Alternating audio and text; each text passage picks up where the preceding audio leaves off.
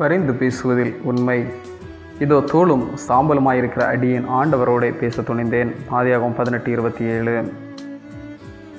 பரிந்து பேசுதல் இரண்டு வகைப்படும். ஒன்று, நாம் வாழ்வு பெறும்படியாக அடுத்தவரிடம் பரிந்து பேசுவது.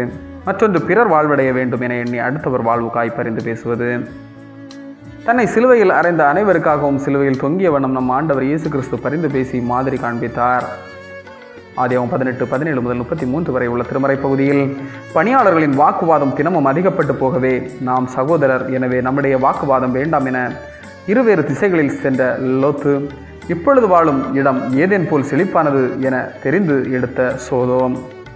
அப்பட்டணம் அழிக்கப்படும் என்ற செய்தியை அறிந்தவுடன் மனம் பதறிய ஆபிரகாம் தன் உறவின் முறையான லோத்து, அவர் குடும்பம், அவன் பணியாளர் மற்றும் சோதோம் பட்டணத்து மனிதர்களுக்காக பரிந்து பேசுகிறார்.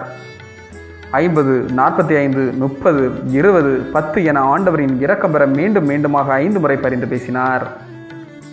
பண்டித ராமாபாய் அவர்கள் இந்தியாவில் உயர்குல பெண்ணாய் பிறந்து கிறிஸ்தவராகி கிறிஸ்துவின் அன்பின் வழி பல சமூக சீர்திருத்தங்களையும் மேற்கொண்டவர்.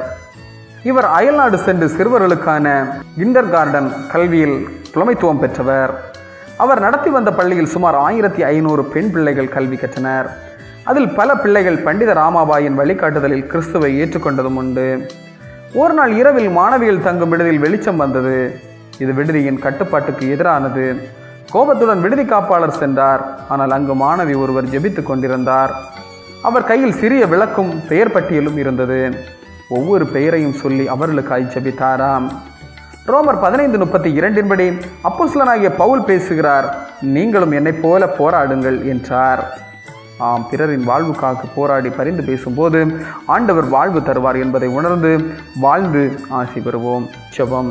அன்பு ஆண்டவரே, பரிந்து பேசுதலை சிலுவையிலும் காண்பித்தவரே, நாங்களும் பிறர் வாழ்வடைய பரிந்து பேசும் எண்ணங்களை தினமும் பெற்றிட அருள் செய்யும்படி மன்றாடுகின்றேன். ஆமென். இந்த நாள் உங்களுக்கு இனிய நாளாக வளரட்டும்.